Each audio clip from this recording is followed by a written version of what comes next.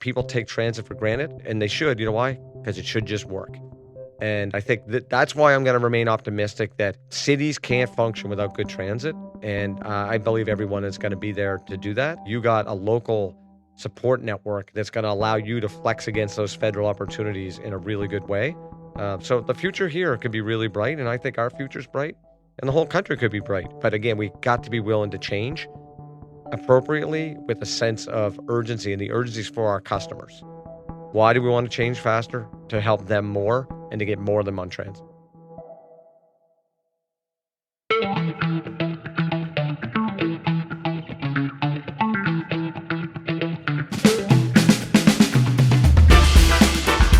Welcome to Spilling the Tea. I'm Andrew Cassidy of the MBTA's Customer and Employee Experience Department, and today we're recording from the Menino Convention and Exhibition Center during APTA's Transform 2025 conference here in Boston. If you've ever wondered what it takes to run one of the most high-profile transit agencies in the country, then this episode is for you. Transit agencies across the nation are grappling with very similar issues: aging infrastructure, funding, and being able to provide great, reliable service today while also planning for the future. Our guest today is Randy Clarke, General Manager and CEO of WMATA in Washington, D.C. And he knows this balancing act better than most. A daily Metro rider himself, Randy previously led Capital Metro in Austin, as well as holding senior leadership roles at the MBTA here in Boston. Today, we'll talk about his journey, how he leads from the rider's seat, and what lessons from DC and Austin might resonate with riders here in Massachusetts. Randy, thank you so much for joining us today. Hey, Andrew. Thanks for having me. Fun to be back in Boston.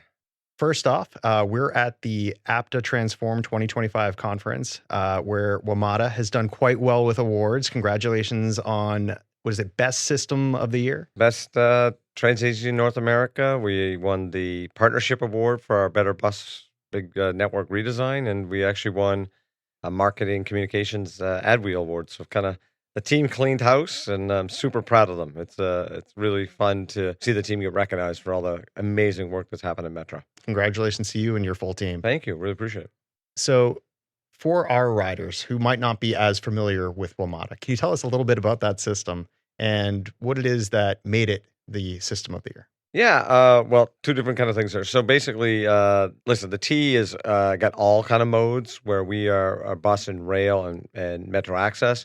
But our rail system is kind of, in Europe, we might call it almost like S-Bahn style. So we have kind of like an urban subway in the core, but feels more like commuter rail distance out of the core, but not maybe as far, but kind of close. So we go from like Loudoun County, which is kind of almost towards, doesn't feel as far as Worcester, if you will, but all the way to multiple counties in Maryland and other counties in Virginia, and of course, DC. So we have 98 rail stations. We have about 1,300 rail cars, probably 1,500 plus buses.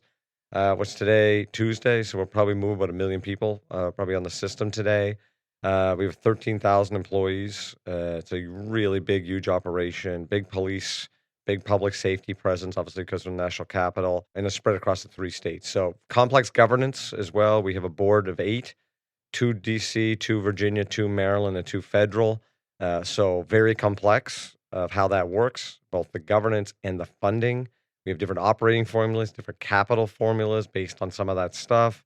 So that's kind of Metro, if you will. How we won Agency of the Year is really, we've been on a 3-year transformation, not that dissimilar what the T is trying to accomplish. We were in a really bad spot 3 years ago. We had tons of crime, tons of fare evasion. Most of our rail fleet was parked because of a technical issue. We were not back using even some of the technology from the 70s, let alone brand new stuff. Ridership was way, way down. $750 million deficit. And we've basically overcome all of those things in an incredibly short period of time. The board, the staff, all of our jurisdictional partners, we've solved our fiscal cliff on the operating side. We still got some capital stuff coming up that we got to resolve to continue to modernize. We have the lowest crime in 8 years. We're on pace for the lowest crime year ever at Metro. Ridership, I think 2 straight months of ridership growth, but we've led the country every month for over 2 years now on Impressive, ridership yeah. growth. Metro and BART are the ones that went the lowest of the big systems with the hit with the pandemic, and we've accelerated faster than everyone out of that. So really proud of that. Highest customer satisfaction we've ever had at the agency. Fare evasion way, way, way down. So just reliability way up. So just moving in a lot of things at the same time. And all of it through the lens of it's all about the customer all day, every day. It's about the customer. I'm a very avid customer. Probably last year did 600 plus trips. And I think it's really important that we have a lot of members of the team on the system and constantly saying, quite frankly, the little stuff is the big stuff. And if we do that well, everything else fixes itself. So let's start with your journey. You've been in transit for quite some time now. You've had experience with multiple systems. You've worked at the MBTA. You were down in Austin, and now you're in DC. What drew you to transit in the first place, and kind of why do you keep going? Yeah. Well, you kind of fall into transit. I don't know if anyone says I'm going to be a transit person, but once you get playing around with it, you realize this power of transit and it impacts. Like I tell people all the time at town halls, you work at a place that's going to potentially impact 1 million people today. There's not many places that you're going to do that, and you can make their day great or bad based on more or less what you do and what we do as a team. And that's pretty powerful. Most people that work like an office don't really have that ability to do that. So that is it's very meaningful work to me. And I find it, like, to me, cities are the greatest invention of all time. And great cities can't operate without public transportation being at the core. So I think that is what you say keeps me going, but motivates me and encourages me and quite frankly gives me hope, not just for us, but for everybody, because our human experiment is not ending. If anything, we're going to become more urban, and it's a game of physics. Transit's either going to accelerate and be the value add, or cities that don't do that are going to be bad cities one day. It's that kind of me. That's that kind of simple. Yeah, my journey's been all over the place that way. I kind of joke I can't keep a job. But luckily, I haven't left in a bad way anywhere. But I worked at the T. I did consulting. I worked at Volpe Center for a while. Mm-hmm. Then I did a little bit of consulting. It wasn't for me at the time. And one of my clients was the T. I got recruited to come over. I ran security emergency management at the T for a while. Did that while we had the Boston Marathon bombings, actually. So very intense time. So most of the T's video system for the people was kind of my baby. The training center was my baby. That was my project. Rebuilt the control center. So I had a couple, pivotal things that in the kind of operation sphere of the T. Just love the organization. I still got my MBTA cufflinks on doing this podcast today. I always joke, if you're at the T, you bleed green forever. And I just love the organization. I'm always going to be a cheerleader for the T. And after the T, the winter storms happened, and I got asked to kind of lead what's now called engineering and maintenance and a bunch of other capital stuff and try to dig us out of the storm. It was a great experience, and definitely wasn't looking to leave the T or leave the Boston area because we love it here. But I kind of want to get broader in my scope, especially around government affairs, legislation, funding, a lot of the stuff that when you're at the T, especially concentrating on the crisis of the day, you don't get to spend a lot of time on. So I went to APTA, kind of was one of the senior leadership at APTA. And then, quite frankly, APTA is this basically massive Rolodex. And so when it rains, it pours in our business. So at that time, I was getting recruited for a variety of things. They had no intention ever thinking about moving to Austin, Texas, that's for sure. I'm a kid that grew up in Canada. But I had the opportunity to be the CEO of CapMetro, and it was an incredible experience. Did that for, 4.5 years, I think it was. Helped lead. We won this massive referendum to change the city forever. Third, probably largest transit investment in the history of the country, and really try to help a massively growing city become more transit oriented. While I was there, kind of towards the end of my term, obviously, I got recruited to go to Metro. And I did tell people there's no job. People were like, oh, you want to leave? And I said, no. And I signed a new contract.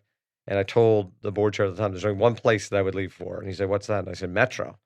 And he said, like, what, like the DC? And I said, yeah, to me, it's I don't know, it's playing. I'm a Yankee fan. I'm sorry to tell people, not a Sox fan. Yeah, I know. Their podcast is over. Cut the podcast. But it's kind of like, Metro's like playing shortstop for the Yankees or the Sox, right? Yep. Like to me, it's so complex. It's so hard. America's system. And the pressure to be on every day. And I just was always fascinated by the system and the complexity. And I got that opportunity, and that's been 3 years in July, so just over 3 years, and every single day having a blast. And trying to trying to learn and grow each day and not make too many mistakes. Well, it is a very impactful system, to say the least, which means that it's moving a region, but it is very often also in the national spotlight. How does your time, I guess, leading that sort of environment differ from when you were at CapMetro or the MBTA? What does that additional pressure do for your leadership? If you're at multiple places, perspective is certainly gained or context is gained. So, like, I know when I was at the T, going especially through those crisis times, I literally would say to people, and people, you're kind of talking like in misery sometimes after, and you never thought it could be more of a fishbowl than what you're in. Yeah. Um, and then I ended up in DC, and the fishbowl effect is just magnified like you can't understand, because the people that use our system determine so much about our country, our policy, people that work FTA, NTSB, Capitol Hill, and I don't mean just staffers, which is a ton of them, members of Congress. Like I was on the Hill probably a month ago, and I'm talking to a member of Congress that lives nowhere where we live in the other part of the country. And the first question he had for me was about a bus that he takes all the time, and ask him why we changed something on a stop. That doesn't happen in any other market, right? Or you could be on the train and see like a CNN anchor. And so anything that happens is an instantaneous story. Makes sense. And so the pressure is so high, but in many ways, I love the pressure because what it does is everyone that lives there gets a better system because we have to be clean. We have to be reliable. We have to be safe. So it is draining, though. I won't lie to you. And I think the team, it's a draining, exhausting feeling that every day you are under a microscope and to perform. And what's the challenge in our whole industry is you can only control so many things, right? So take safety, security. We are incredibly safe. There's no debate about that. The facts, people at home would all say that. But one bad thing could happen. Yep. And it's a social media national story, kind of like what happened in Charlotte. Of course. And let's be honest, there's very little I'm going to be able to do to manage that. No. So we're working on tons of security. We're working on video. We're working on but we have societal things. So what happens up on the street can magically happen below ground. Exactly. And so we got a lot of things we're working on, but it's a all society approach to a lot of the things we can't control. So I would say that's where I spend a lot more time than I would at the other places. Now, don't get me wrong. If you're in leadership at any of these, like Phil's doing an awesome job. He's got great support by the governor and the LG, who, I know a little bit, are just great leaders and care about this topic. He's got support of mayor, support of board, and they're taking advantage of that. And you guys are doing a really good job. Like I read the system a few times here. The T is moving really well right now. Quite frankly, a lot of the resources I would have loved to have when we were here. But that success builds success. Yeah. And so that they're working the same thing. You got to be in DC. You got to be talking to members of Congress. You got to have your local delegations. You got to be working the state legislatures. You got to do all that stuff. You got to get your employees motivated. So they're all the same in a lot of ways. I would say the one extra thing is we have is that extra level of fishbowl. Again, our complexity of, we got to make sure that the legislature and governor in Richmond, which is nowhere near the DC area, so all of rural Virginia finds value in that system. Yep. But at the same time, Maryland, so rural suburban, or if I live in Baltimore, I'm a Baltimore senator or state rep, what do I care about the DC thing and vice versa? Let alone DC, which is kind of like the city of Boston, so it's all in on the transit. Not overly dissimilar to why does Western Mass care about? That's exactly what I was thinking about. The only difference is we got 3 places to do that in. Yeah. And therefore multiple governors and multiple legislatures, and they all only want to pay what they can pay versus they want the other state to pay it. Of course. So it'd be like if the T was all of New England kind of deal, right? But it's not dissimilar, it's just different. And they're all really hard. So I would say people listening, because you said there's a bunch of advocates listen and riders. You are lucky right now. You got great leadership, both from your state level all the way through great people executing here. But don't take it for granted, because in this business, you lay off the gas for a couple periods, unbelievably how bad things can quickly go, and then how hard it is to pull it back. So have some grace with the people that are doing all the work, but also realize that it is very hard and you got to push, but it's always harder than you realize. Always harder. Of course. And you see that on the MBTA because, years and decades of disinvestment. Yeah. And while you were here, you didn't have the resources you needed and the difference those resources make. But then there's that backlog. It is not flipping a switch. You are making generational investments, Very generational hard. progress. And you have to, as you said, you have to keep it going Yeah. because when you let off, then you end up exactly Yeah, where we were with system. COVID killed the everything. whole Yeah. industry, and the more people work remotely, and I don't mean offices riders, I'm Yep. talking about agencies, and the more people people have bad behavior, it's harder. 1 month of that, you get back. 5 months of it, harder. A year and a half, 2 years, oh my God, right? It's so hard. Rehire, train, do all that kind of work, so much specialty work. And take the T, like when I was here, we would beg. We mostly only could get away with one weekend diversion. Yeah. Right? That's Yeah. it. Here, it was like, we're shutting the whole thing down for like 30 days. Yeah. Rock and roll and get it done. But the things that customers want to see are the things that actually, in one way, the hardest to get delivered. Because the other things they don't really care as much about. So like a pump room. Yeah. Pump rooms are so important at an underground system, or things like that, out of sight, out of mind. So in the capital program, they're like, yeah, whatever, just get it done. But like rail cars take forever to design and procure and deliver. Signaling systems, the signaling system that you guys are just wrapping up now, that my last capital budget at the T, we got money in there to approve and start moving that forward. I've been the T since, what did I leave, 2017. So that was my last budget, had signal money that's now getting, that's how long this stuff takes. Yeah. And yeah, we all as an industry got to figure out how to execute a lot faster and better. There's no getting around that. I'm not suggesting otherwise. COVID had a big impact on that. But the big stuff that matters, which is safety, frequency, reliability, take bodies and predictable money over multiple budget cycles. And the more if it's a roller coaster, harder it is to implement. So now I'm really happy to see where the T is right now. It's on a really good path, and I hope everyone keeps pushing hard. Absolutely. Now, you kind of touched on it, but again, you're dealing with being on Capitol Hill, and at the same time, you are a rider yourself. You said 600 trips probably. Yeah, every day I take the system. Yeah. How does that impact your leadership style? So, again, Phil Lang at the MBTA, he is also a daily rider. I think that's phenomenal. I myself am a daily rider. And you can always tell when you're talking to someone who's speaking of a transit agency, but who does not use that transit agency. Yeah. What do you sniff that out pretty fast. Exactly. Usually, yeah. What do you think that experience of actually using your system on the daily has, and how does that impact how you're able to lead WMATA? I mean, I think it's a really big deal, especially at these big systems. Yep. And listen, it doesn't mean you can never be in a car. Like we got some transit advocates that don't realize that like we need people in cars too, right? Like in delivery vehicles and other things, right? There is a balance on how the world works, and not every trip is a transit trip. There's some, like if I'm in the seaport right now and I want to get to like a far hard place to reach in like Groton, and it's 9:00 on Sunday, I'm taking a car, for obvious reasons, right? But we want is tons of people to use the system, especially where transit works better than cars for those trips, right? And to do that, you got to care about the little things. So again, safety, frequency, reliability, big deal. But like I care about digital signage, right? I care about cleanliness. I care about police officers not staring at their phones and interacting with customers, right? I care about station ambassadors not standing in groups and staring at their phones and talking to customers, right? Elevators and escalators have to work, right? Not just from accessibility point of view only, but there's an optics of like, if you don't care about that stuff, you can't, if you can't run the elevator and escalator, how do you run the trains? And makes people think that way. So on and on and on, all the little stuff every day. So the way I'm on the system, I never am critical to anyone in the system. That's can't lead that way. The number one thing is, how you doing? How's it going? What do you need?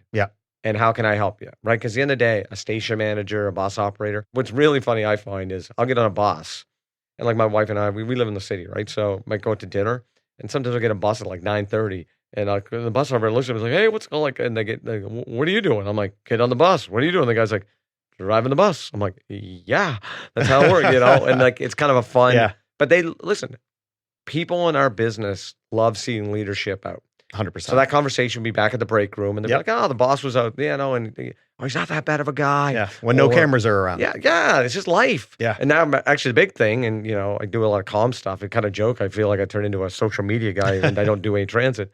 But a lot of them will be like, hey, I want to be on Twitter. I want to take a picture. Because they love, the one thing I promised myself when I took this agency over, and I did it at CapMetro, but the scale is big, is I've seen great leaders and bad leaders and how they lift their team up or how they let others beat on their team. And I always said, no one's beating on my team, ever. I'm responsible. I'm at the tip of the spear. You got a problem. It's my problem. It's not my team's.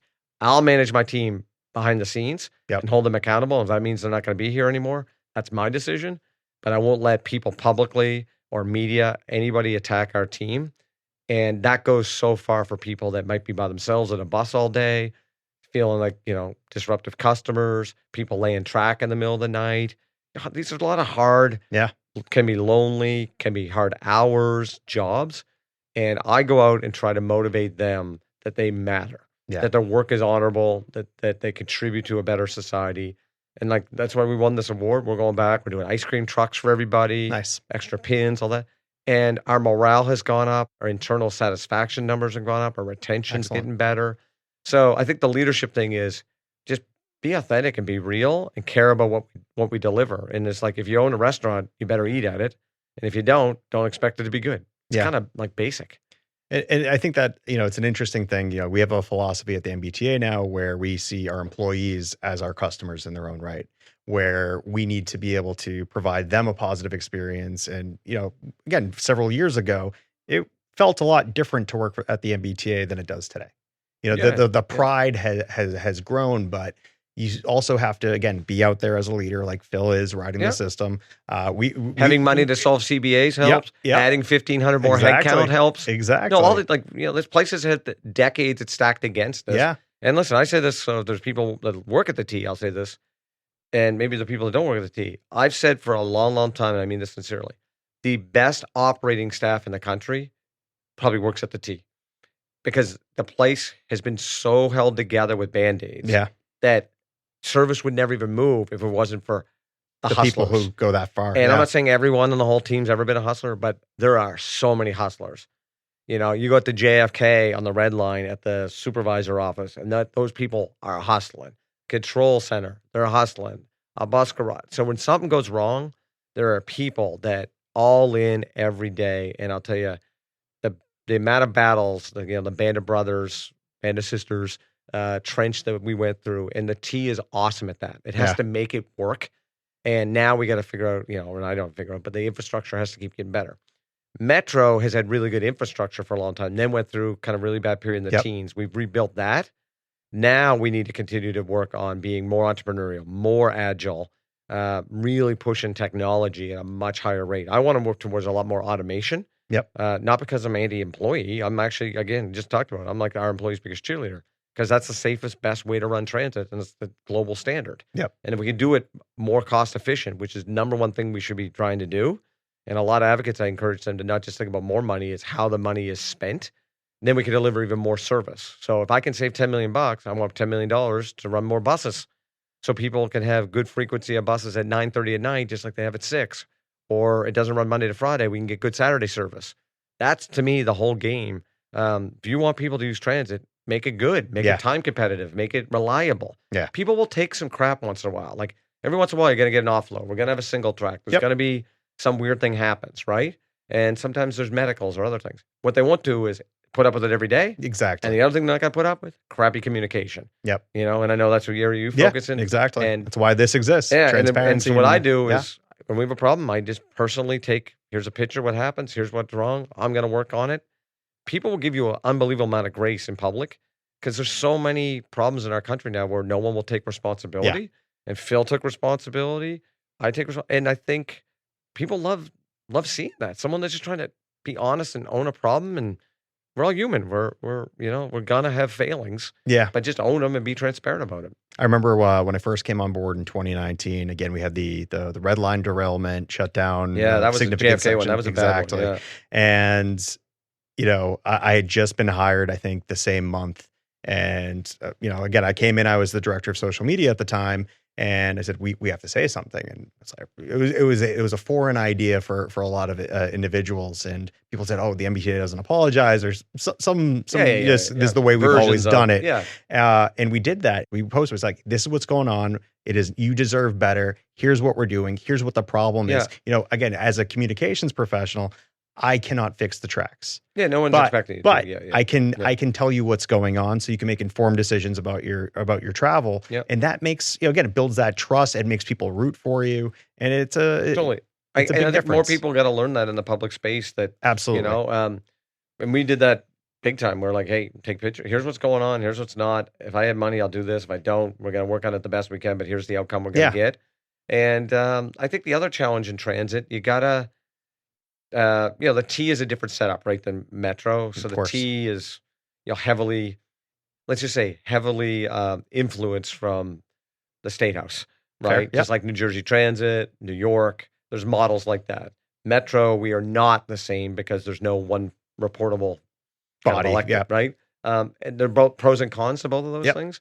But I think people, this honesty thing, the people that are leaning into it are just way better off in society. It's just because everyone knows anyway. Like my first week, we had this big track fire at DuPont. I think my third day. So I go over the scene and it's all a mess or whatever. There's fire trucks and we're all shut down. And I go down, I take a picture of all these cables burnt out and it's a mess. And I tweet it and say, hey, this is what's going on. And people are like, what are you going to do? I'm like, guys, everyone knows, like, there's fire trucks everywhere. We're all shut down for 4 hours. Like, at some point here, like, you know what I mean? But I think it was just such a raw, different way. And people were like, oh, when he gets here, because I had a Twitter account before I took over this job. People were like, well, he won't be able to do that. They won't let him. I'm like, who's they? Yeah, really? I'm like, I don't get to do much, but they is not telling me what to do. And that's, I think it's good for institutions to figure out some of this risk tolerant stuff. And it's turned out pretty well for us. Like, we just had a clothing shop, back to school clothing shop. We sold like a couple $100,000 of our brand. Amazing. Which 3 years ago, the idea of that, if someone proposed that, we would all got thrown out of the place. So, that's how it all works. And similarly, again, the idea that someone would want MBTA anything a little while ago was unthinkable. And then I just heard this morning, someone saw the general manager on a news broadcast and emailed that same night asking to find out where he bought his tie. There you go. So, because it has a big T on it, they're custom for Phil. But, there you go. Again, another similarity between your system and ours is the fact that we're legacy systems. So, we've been around for a bit. A little bit longer at the T. A little bit longer. 1897, still running the same tunnels. Boylston Screech is, there's a beauty to it. There's a feeling coming back to Boston, the Boylston Screech, that, Jeff Gonville said to me one day, we're going to solve that. And I said, yeah, we're going to pour more water on it. It was kind of a joke. It was because, no one thought back then how this thing would operate, right? It's just... And those are some of the realistic limitations from being a legacy system. That's right. So I guess, as a fellow legacy system, what are some of the things that you've done? What strategies have you implemented that you think we could benefit from in Boston? And maybe on the flip side, what have you seen Boston at the MBTA do that might influence something that you do for WMATA? Yeah, so it's interesting. There's a lot of synergies there. So when I was running at like engineering maintenance, a bunch of pieces, when we put together the winter resiliency program and we did shutdowns, pretty significant. It was the first time. And so we replaced all the third rail, all over the red line, orange line, bunch of track, kind of what you guys just did here. But it was the only time we had to target it, what we call the winter resiliency program. Metro, I don't want to say copied, but highly influenced, and there's a lot of coordination. And the guy that had that job at the time, who actually still works with me at Metro, they built Safe Track. And their Safe Track program really mimicked our ability to pull the Band-Aid off and do some shutdowns here. Now, we didn't do enough of them, and we didn't have enough workers, and we didn't go far enough. But for the T, it was a big deal at the time. And it kept some reliability going for some years. That's how Metro got a lot better on a lot of things. Like, we used to have a lot of track fires. The only way to deal with that is water mitigation, change out insulators, do a bunch of stuff, rebuild tons of platforms. So there is a synergy in the industry of these big systems, willingness to do that kind of stuff.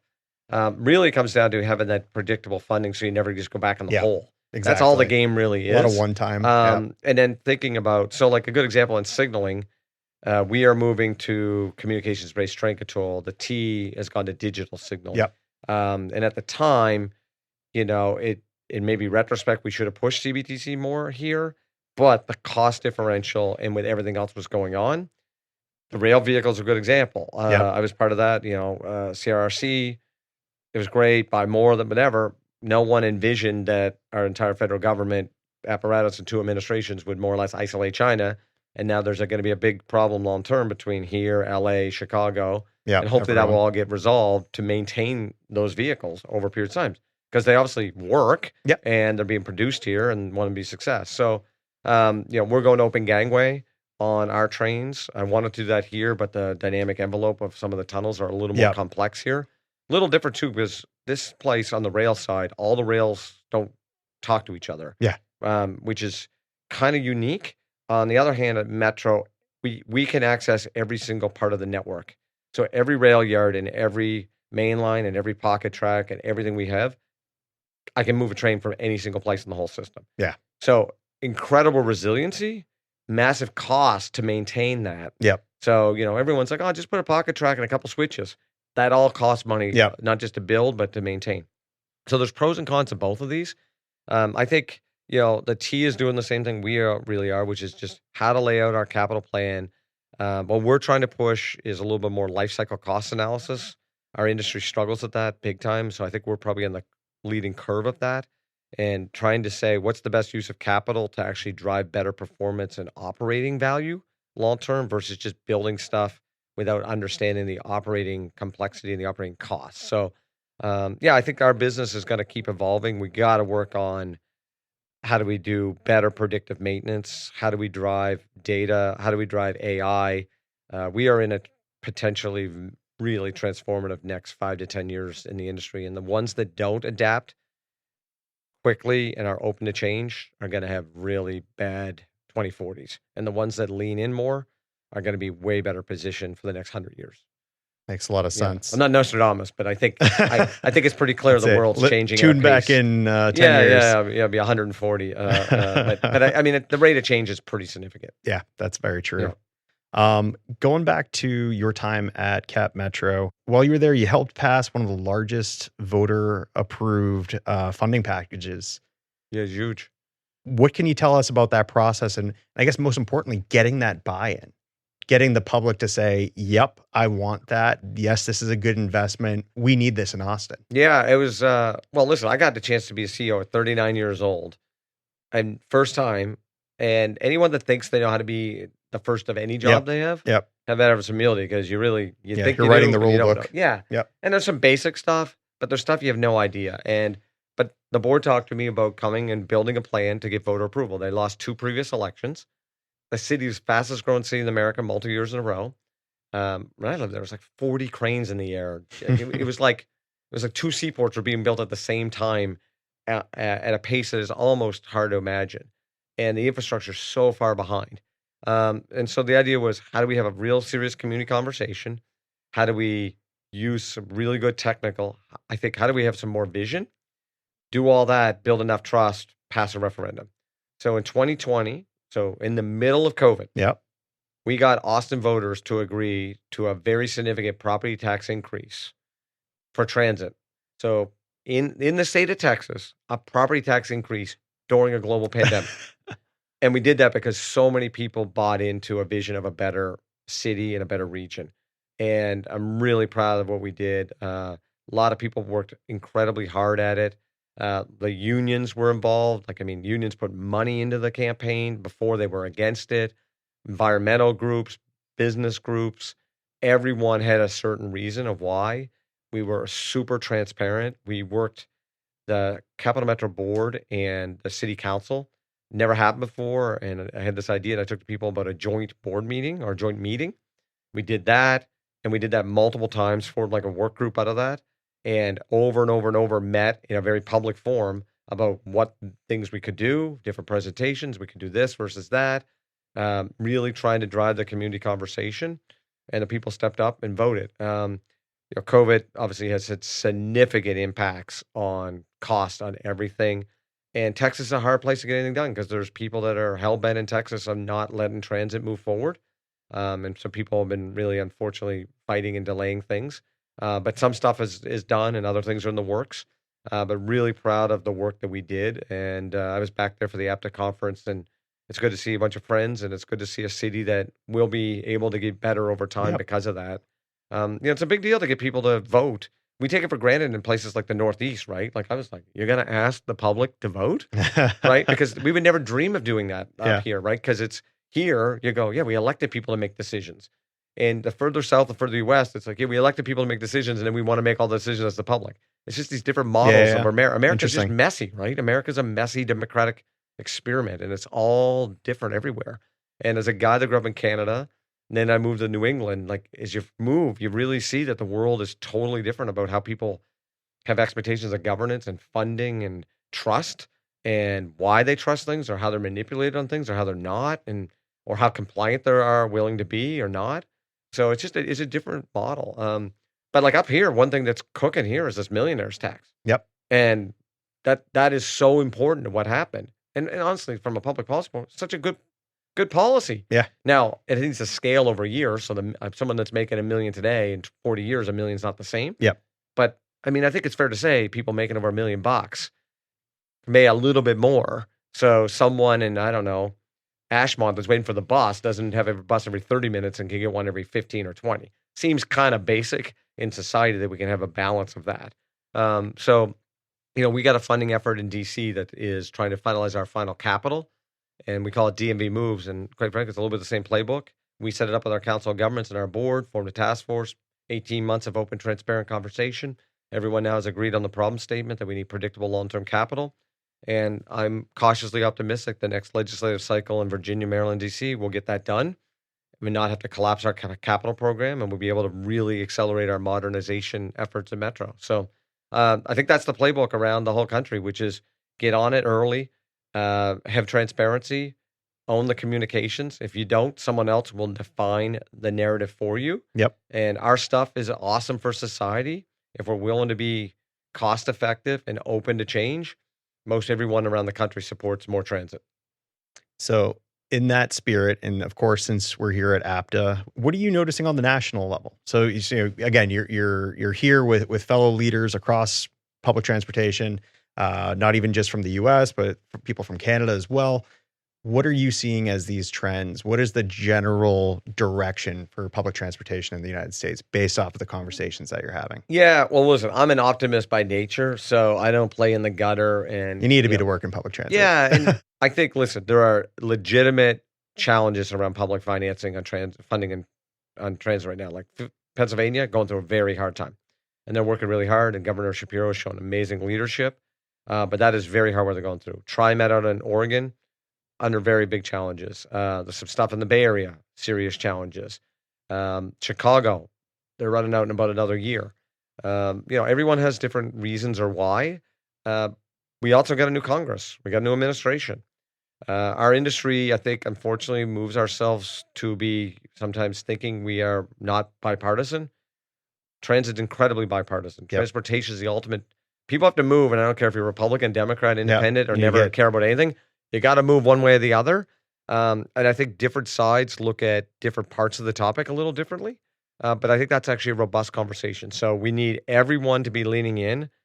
If reauthorization happens, so reauthorization for some of your listeners is the idea of how there's a surface transportation bill, and it expires within about a year. None of these have ever been renewed on time. So generally they get extended, but there is big effort, bipartisan, and a lot of really good bipartisan staff and members on the House side specifically working on this. So if that happens, we're going to have a new, probably 5-6 year operating our bill that Congress then will appropriate against. So I would encourage everyone, to talk to your members, advocate for what you think is needed, open to change. That's going to be a big deal. We need the administration to be supportive. I work with the administration probably closer than any other transit agency. I'd assume so. I've had a really good relationship. I've been in to see Secretary Duffy, the FDA administrator, talk all the time. They say all the things that I think are true, right? People deserve to have safe, clean, cost-efficient transit, and I don't know why anyone would disagree with that.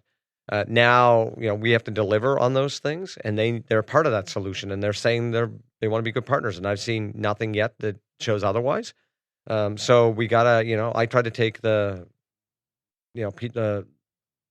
people ranting and raving about politics out of this. Like, I don't really, I'm not being naive about it, but our mission is running service. I need their support to do that.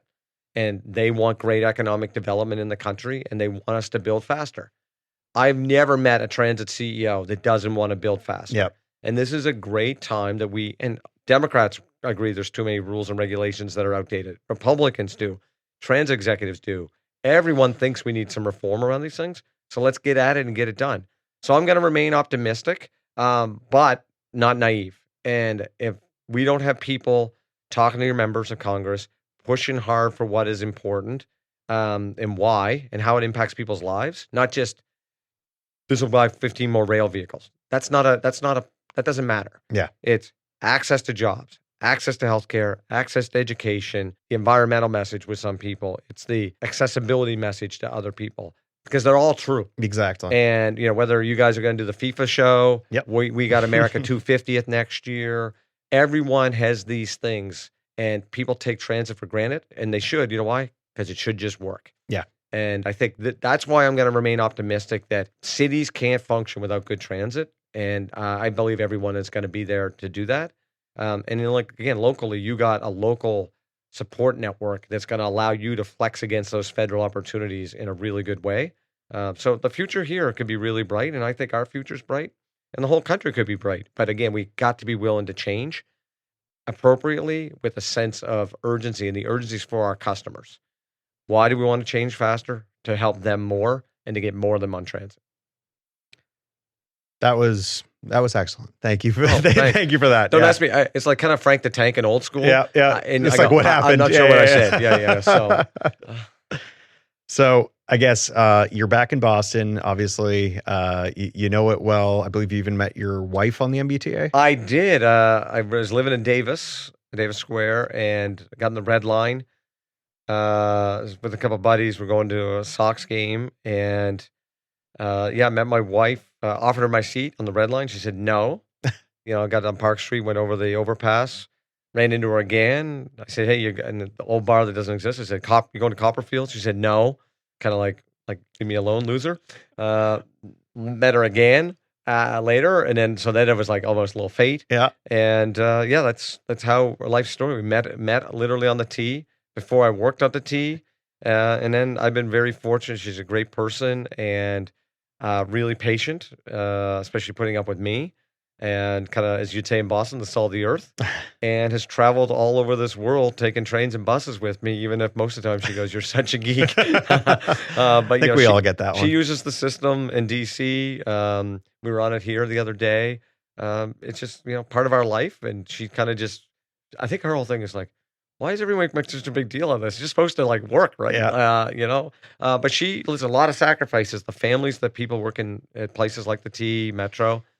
I haven't done a 4th of July. Yeah. I think I did one maybe in the last 20 years.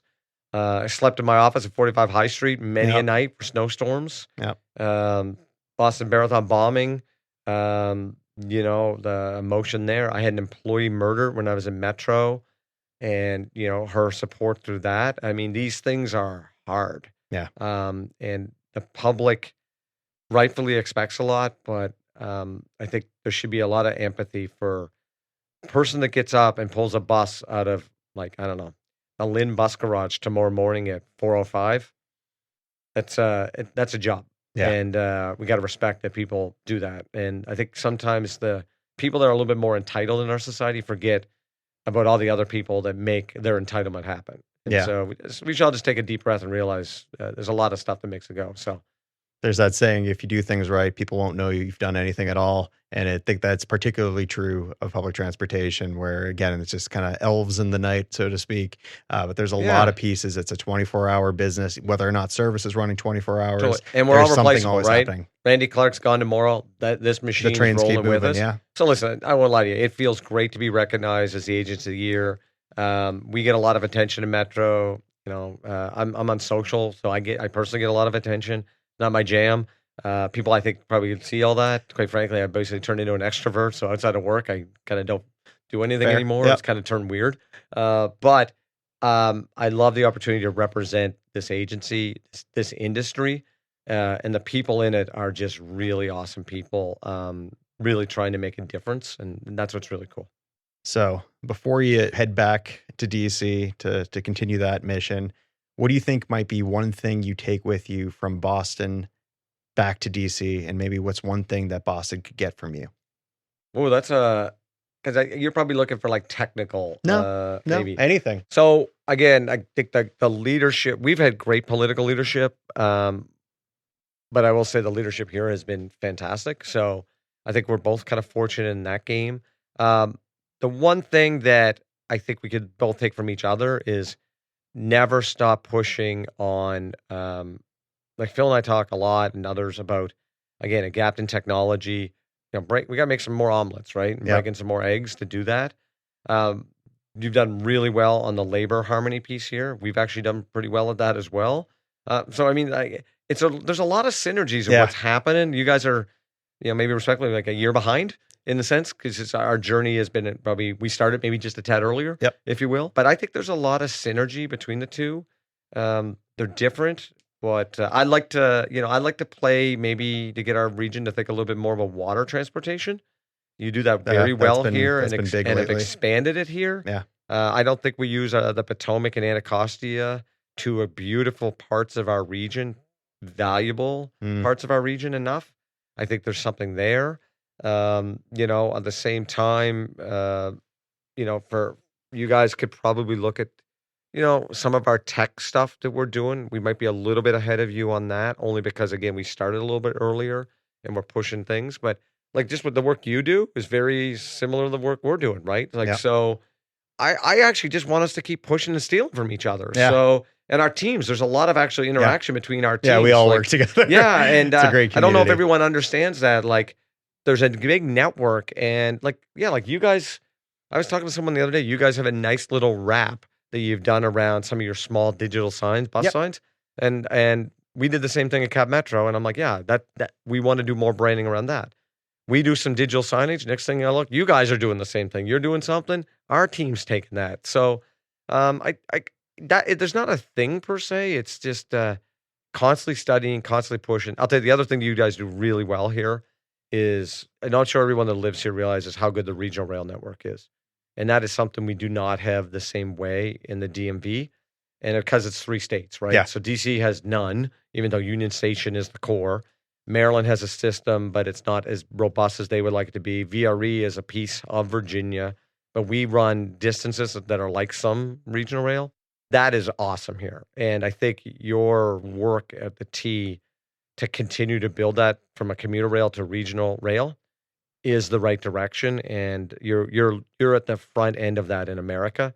And I would encourage you guys to keep pushing that way.